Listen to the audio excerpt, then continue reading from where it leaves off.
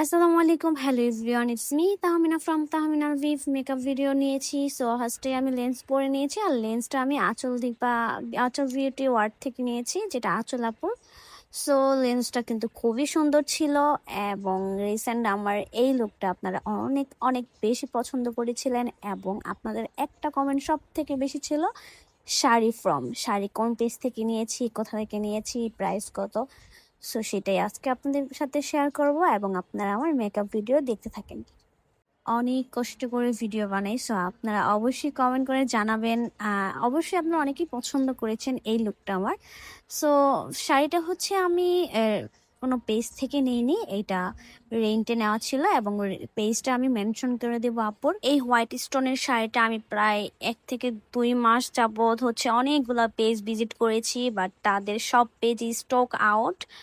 শুধু রেড কালারটা আছে, হোয়াইটটা স্টক আউট, আর যেটা হোয়াইট মিলে সেটা আমার কাজ বা ডিজাইনটা ভালো লাগে না। দ্যাটস ওয়াই আমি হচ্ছে ড্রেস বিডি এই পেজ থেকে রেন্টে নিয়েছি, যেটা হচ্ছে খুবই অল্প প্রাইসে নেওয়া যাবে।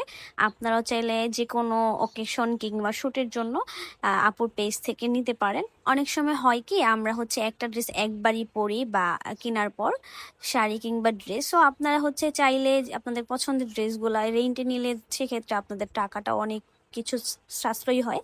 সো আমার মতে এখন রেন্ট যেহেতু অ্যাভেলেবেল, এখন অনলাইন জগৎ অনেকেই রেন্টে এইসব ড্রেসগুলা হচ্ছে দিয়ে থাকে, আপনারা চাইলে নিতে পারেন। আর যারা শাড়ির অনেক অনেক কমেন্ট করেছেন, আপুর পেজটা আমি মেনশন করে দেব, আপনার পেজটা যদি আপনাদের ভালো লাগে আপনারা রেন্টে নিতে পারেন।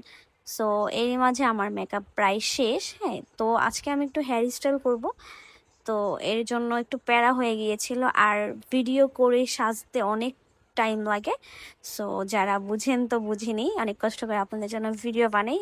অবশ্যই সবাই হচ্ছে একটু কমেন্ট করে যাবেন, একটু লাইক কমেন্ট শেয়ার করে যাবেন। সো এর মাঝে আমি হচ্ছে হেয়ার স্টাইল করবো, দেন আমি হচ্ছে একটু চুলটা ক্রিম্পিং করে নিচ্ছিলাম। নিজের চুল নিজে ক্রিম্পিং করতে একটু প্যারা হয়ে যায়, তো আমার ডান কমপ্লিট। সো এখন হচ্ছে ইয়াররিং ম্যাচ করতেছিলাম। সো আমি হচ্ছে টানা ইয়াররিংটা পরবো, এর জন্য হচ্ছে আমি নর্মালি সোজা করে চুলটা লিপটি একটু হচ্ছে কালো ক্লিপ আটকিয়ে নিয়েছি।